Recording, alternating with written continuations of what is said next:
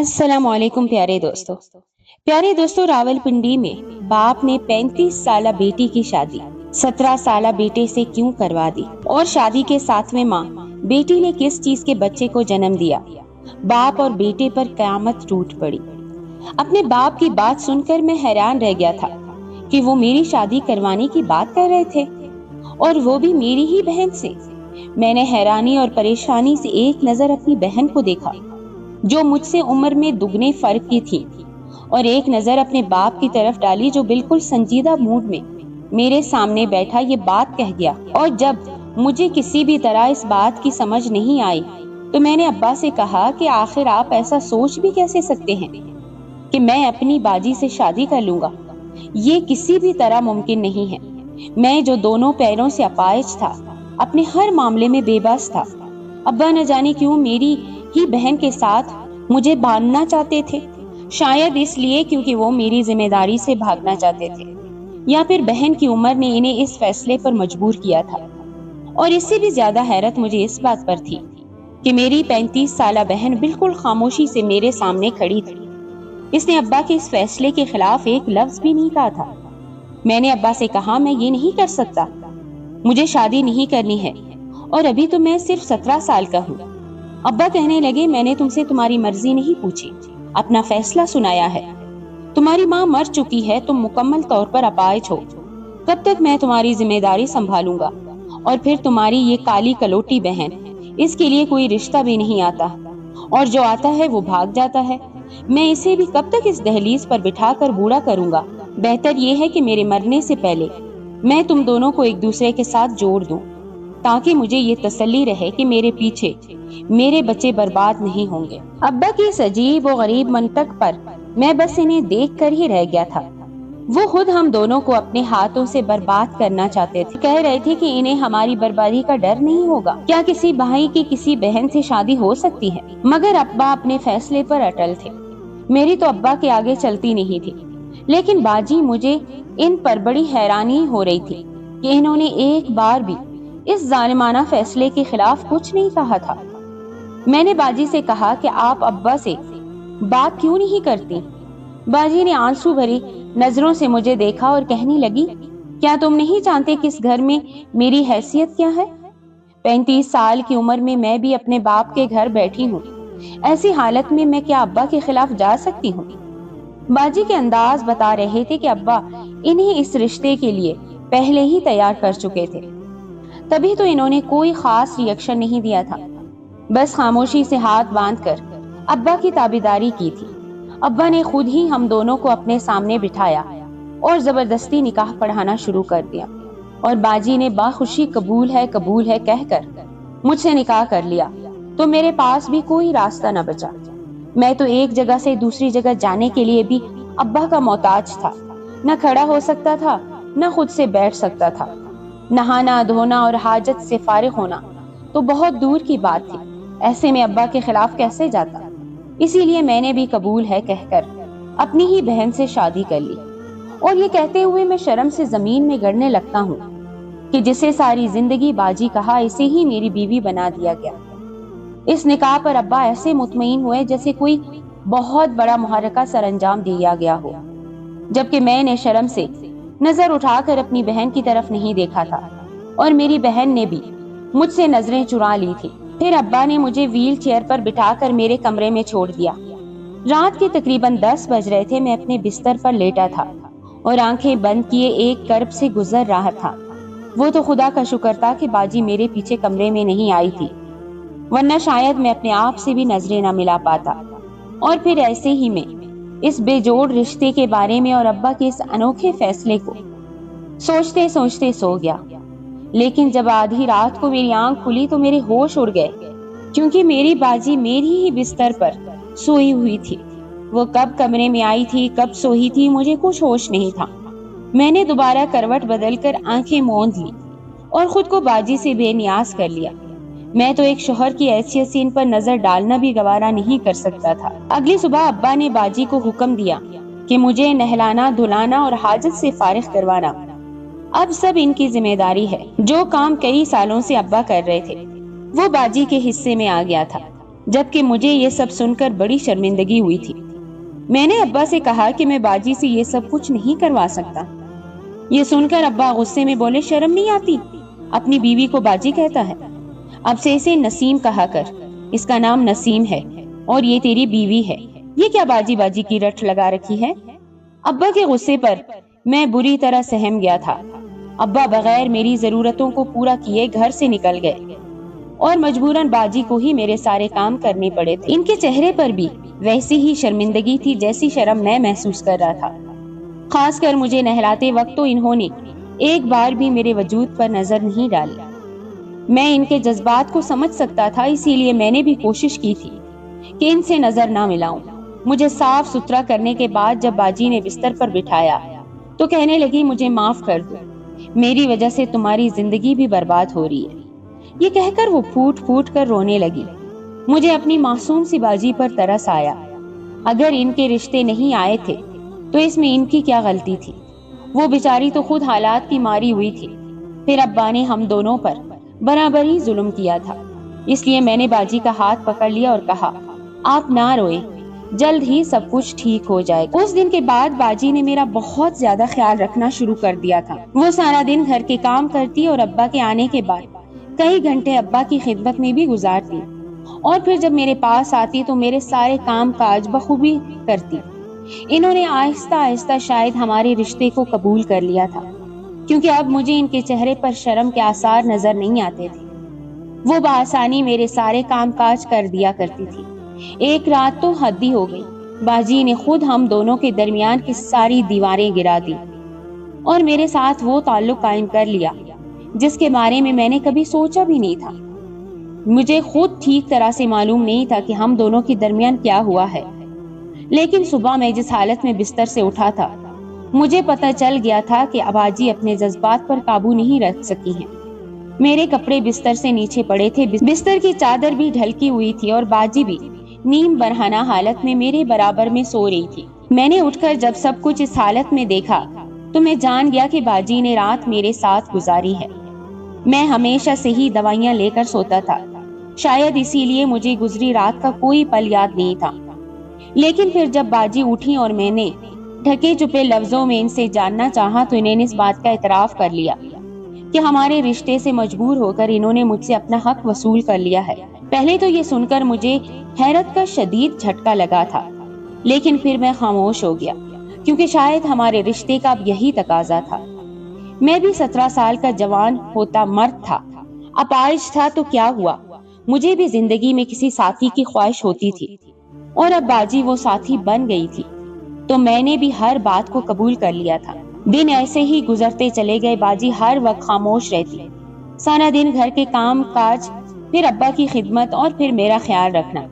ऐसे ही हमारी शादी को महीना हो गया। एक दिन बाजी की तबीयत मुझे वाज़ा तब्दील होती हुई दिखाई देने लगी। वो बहुत निढाल सी महसूस हो रही थी, खाना भी ठीक से नहीं खाती थी। इनके लिए मुझे नहलाना, मुझे उठाना बिठाना बहुत मुश्किल हो रहा था। एक दिन मैंने इनसे पूछ लिया कि आखिर आपको क्या हुआ है, तो बाजी ने ऐसी खबर सुनाई कि मेरे होश उड़ गए। कहने लगी, मैं उम्मीद से हो गई हूँ। ये कहते हुए इनके चेहरे पर मुझे वाज़ह तौर पर एक दुख दिखाई दिया था। बाजी उम्मीद से थी, लेकिन ये बात इन्होंने खुद से तो मुझे ना बताई थी। अगर मैं ना पूछता तो शायद वो ना बताती। मुझे बच्चे का सुनकर बहुत खुशी हुई थी, लेकिन वहीं बाजी के चेहरे के तासरात ने परेशान भी कर दिया था। मैंने पूछा, क्या हुआ है नसीम, क्या आप खुश नहीं हैं? मैं धीरे धीरे बाजी को नसीम कहने लगा था। वो कहने लगी, मुझे बहुत शर्मिंदगी महसूस हो रही है। मैं दुनिया का सामना किस तरह करूंगी? अभी तक तो हमारे रिश्ते को किसी को खबर नहीं, लेकिन इस बच्चे के बाद दुनिया को पता चल जाएगा तो फिर क्या होगा? अब मुझे समझ आया था कि बाजी ने यह खबर मुझसे क्यों छुपाई। मैंने इन्हें तसल्ली दी और कहा कि अब्बा किसी को घर आने नहीं देते, हम कहीं जाते नहीं हैं, फिर कौन क्या कहेगा? और अगर कोई कुछ कहता भी है तो हमें क्या फर्क पड़ता है? हमारा निकाह हुआ है और अब्बा इस बात के गवाह हैं। मेरी बात सुनकर वो खामोश हो गई थी, लेकिन फिर धीरे धीरे गुजरते वक्त के साथ इनकी तबीयत बिगड़ने लगी थी। इनके लिए मेरा काम काज जो मुश्किल हो रहा था, इसीलिए अब्बा ने दोबारा मुझे संभालना शुरू कर दिया था। اس بچے کی خبر پر ابا بھی بہت خوش تھے۔ اب تو وہ باجی کو میرے کمرے میں بھی زیادہ آنے نہیں دیتے تھے، تو باجی سے کہتے کہ تم اپنے پرانے کمرے میں رہا کرو تاکہ سکون کی نیند لے سکو، یہاں تو بار بار فضل تمہیں پریشان کرتا ہے۔ ابا نے ہم دونوں میاں بیوی کا کمرہ بھی الگ کروا دیا تھا تاکہ نسیم سکون سے اپنی نیند پوری کر سکے۔ یہ بات ویسے تو بڑی عجیب تھی، لیکن نسیم کی خاطر میں نے خاموشی اختیار کر لی تھی۔ اس بچے میں میری جان بھی بس گئی تھی۔ مجھ جیسے اپاہج انسان کی شادی ہونا اور پھر اس کا باپ بنا ایک مشکل بات ہے، لیکن مجھے بڑی آسانی سے سب کچھ مل گیا تھا۔ بس کبھی کبھی میں یہ سوچتا کہ اگر نسیم میری باجی نہ ہوتی تو کتنا اچھا ہوتا، میری شادی شدہ زندگی نارمل لوگوں کی طرح خوشگوار ہوتی۔ ابھی تو میں نسیم کے ساتھ ہوتے ہوئے بھی شرمندگی محسوس کرتا تھا۔ سمجھ نہیں آتا تھا کہ اس بچے کو کس طرح اپنا نام دوں گا اور یہ بچہ دنیا میں کس طرح سر اٹھا کر جی سکے گا۔ یہ سوال مجھے بہت تنگ کرتا تھا، لیکن بس میں یہی سوچ کر خاموش تھا کہ اگر اس طرح کی کوئی بھی بات نسیم کے سامنے کروں گا تو وہ مزید دکھی اور پریشان ہو جائے گی۔ اس نے پہلے ہی بڑے دکھ اٹھائے تھے۔ وقت گزرتا رہا اور نسیم کے حمل کو 7 مہینے مکمل ہو گئے، لیکن ایک رات اچانک ہی اس کے کمرے میں چیخوں کی آواز آنے لگی۔ میں تو بھاگ نہیں سکتا تھا، ابا ہی اس کے کمرے میں گئے اور پھر آ کر مجھے کہنے لگے کہ نسیم کی حالت خراب ہو رہی ہے، اسے ہسپتال لے کر جانا ہوگا۔ میں نے ایمبولینس کو فون کر دیا ہے، تم بھی ساتھ ہی چلو۔ ابا نے مجھے بھی ویل چیئر پر بٹھا دیا اور پھر ہم نسیم کو لے کر اسپتال پہنچ گئے۔ ڈاکٹر نے ہاتھوں ہاتھ نسیم کو اندر لیا تھا اور بتایا تھا کہ اس کی حالت بہت خراب ہو گئی ہے اور فوری طور پر اس کا آپریشن کرنا ہوگا۔ یہ سن کر میری جان نکل گئی، کیونکہ اس کا 7واں مہینہ تھا۔ اس وقت کیسے آپریشن ہو سکتا تھا؟ مگر ابا نے خود اجازت نامے پر سائن کر دیے اور آپریشن کی اجازت دے دی اور پھر خوشی خوشی کہنے لگے دیکھنا بیٹا ہی ہوگا، جبکہ مجھے اس سب باتوں سے کہیں زیادہ نسیم کی فکر تھی۔ وہ ہمیشہ خاموش رہتی، کبھی اپنا کوئی دکھ تکلیف مجھے نہ بتاتی، بلکہ ہمیشہ میری خدمت میں لگی رہتی۔ اور اب اس وقت مجھے یہی خوف ستا رہا تھا کہ اگر نسیم کو کچھ ہو گیا تو کیا ہوگا۔ پھر تقریباً 1 گھنٹے بعد جب ڈاکٹر آپریشن تھیٹر سے باہر نکلی تو اس کے ہاتھ میں چادر میں لپٹا ہوا ایک وجود تھا۔ اسے دیکھتے ہی فوراً ابا دوڑ پڑے اور ڈاکٹر نے ان کی گود میں وہ بچہ ڈال کر جو بات کہی وہ سن کر ہمارے سروں پر آسمان گر پڑا۔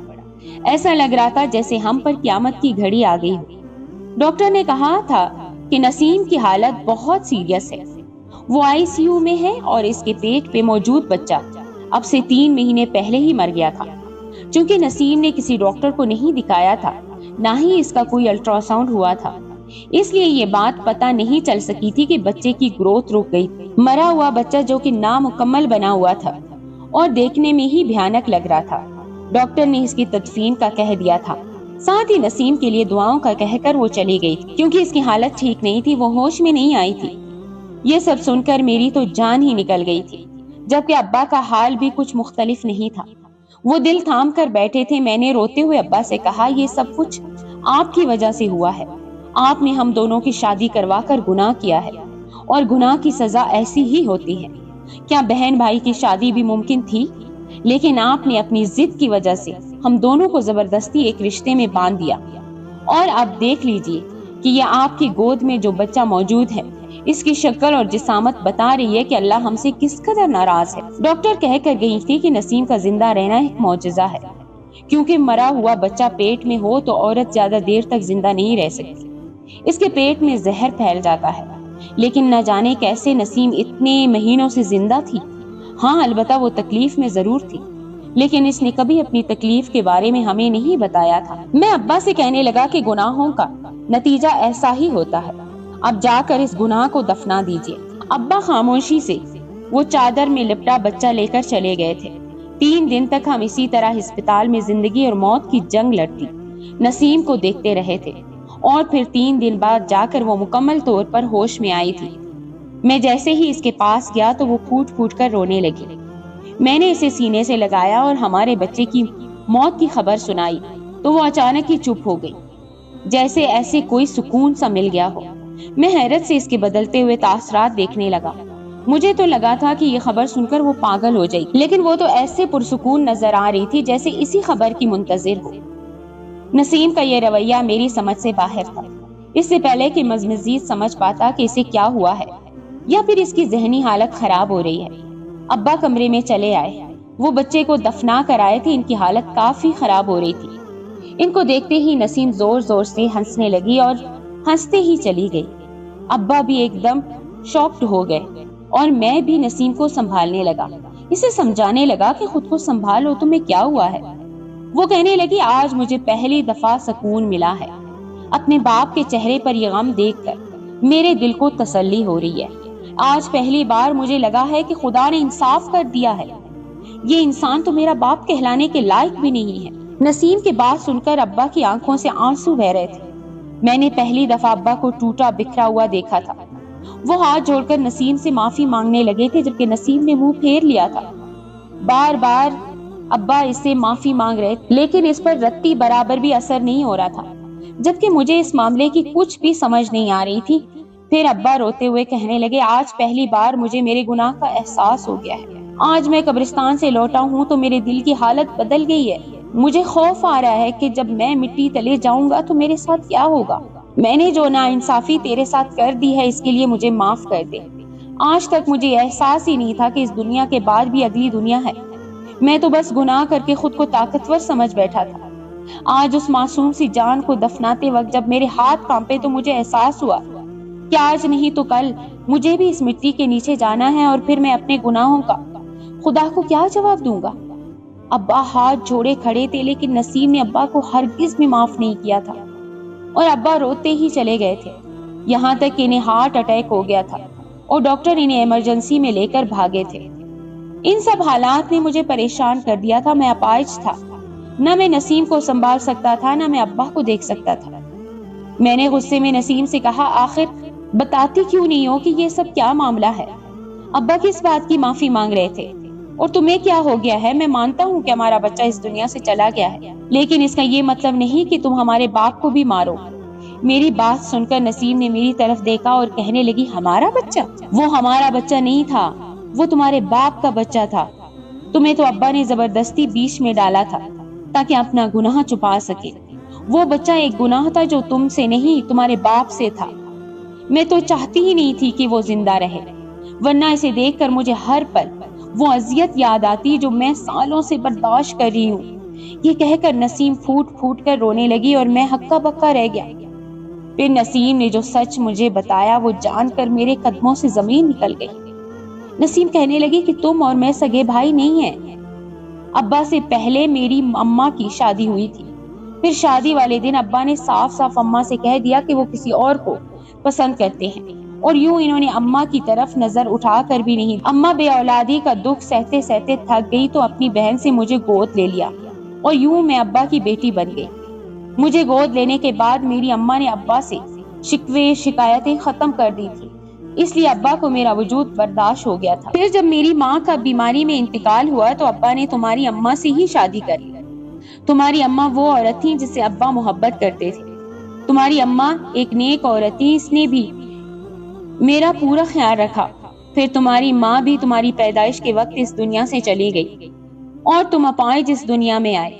اس وقت میں 17 سال کی ایک جوان لڑکی تھی۔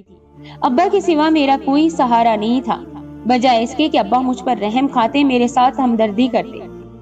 ابا نے اپنی تنہائی مٹانے کے لیے مجھے استعمال کرنا شروع کر دیا، کیونکہ میں تو ان کی بیٹی تھی ہی نہیں۔ میں ان کی پہلی بیوی کی بہن کی بیٹی تھی، جس سے ان کا کوئی تعلق نہیں تھا۔ ابا نے میرے ساتھ ہر رات زور زبردستی کی زیادتی کی۔ سالوں میں نے ان کا ظلم برداشت کرتی رہی۔ کئی بار حمل ٹھہرا، کئی بار ابا نے میرے بچے ضائع کروا دیے، یہاں تک کہ میں پوری طرح کمزور پڑ گئی۔ پھر میں دھیرے دھیرے حالات سے تمہاری خاطر لڑنے لگی، کیونکہ تم مجھے باجی کہتے تھے۔ تمہیں ہمارے رشتے کی نوعیت کا علم نہیں تھا، نہ ہی کبھی میں نے تمہیں بتایا، نہ ابا نے۔ تم اپاہج تھے، مجھے تم پر رحم آتا تھا، میں تمہاری خاطر سب کچھ برداشت کرتی چلی گئی، تمہارا خیال رکھنے کی کوشش کرتی، لیکن آخری بار جب حمل ٹھہرا تو ڈاکٹر نے ابارشن کے لیے صاف انکار کر دیا، کیونکہ میری بچہ دانی اب اس قابل نہیں تھی کہ بچہ ضائع ہوتا۔ میری جان کو بھی خطرہ تھا۔ ابا مجبور تھے، اس بچے کو ضائع نہیں کروا سکتے تھے، لیکن وہ تمہاری نظروں میں گرنا بھی نہیں چاہتے تھے۔ تم ان کی سگی اولاد تھے، تم سے انہیں محبت تھی، اس لیے اپنا گناہ چھپانے کے لیے ابا نے تمہارے اور میرے نکاح کا ڈرامہ کیا۔ میرا تم سے کبھی کوئی تعلق بنا ہی نہیں تھا۔ बल्कि उस रात मैंने तुम्हें नींद की दवाई दी थी और अब्बा के कहने पर तुम्हें बहलिबास करके लिटा दिया था और तुमसे झूठ कहा था कि हमारे दरमियान अज़वाजी ताल्लुक कायम हुआ है, ताकि मैं इस बात को अब्बा के कहने पर सच साबित कर सकूं कि ये बच्चा तुम्हारा है। अब्बा ने जो चाहा पा लिया, जो मंसूबा बनाया कामयाब हो गए, लेकिन मैंने दिन रात अल्लाह से दुआ की थी कि ये नाजायज बच्चा मजीद इस दुनिया में ना रहे। मैं इस गुनाह के साथ सारी जिंदगी नहीं गुजार सकती थी कि जिससे मुझे अपने ऊपर हुआ हर जुल्म याद आता, और शायद मेरी दुआ उस तरह कबूली हुई कि वो बच्चा मेरे पेट में ही मर गया। मैं हमेशा दुआ मांगती थी कि अब्बा को अपने किए की सजा मिले, वो भी इस तरह तड़पे जैसे मैंने तड़प तड़प कर 17 साल गुजारे हैं। मेरे लिए जवानी में आने वाले हर रिश्ते को अब्बा ने इसलिए ठुकरा दिया क्योंकि मैं इनके लिए मुफ्त का सामान बनी हुई थी, जिससे वो बआसानी अपनी तस्कीन पूरी कर लिया करते थे। तुम अपाहिज थे, अपने कमरे में कैद थे, इसलिए अब्बा सारे घर में अपनी मनमानियां करते फिरते और मैं इनकी मनमानियों को बर्दाश्त करने पर मजबूर थी।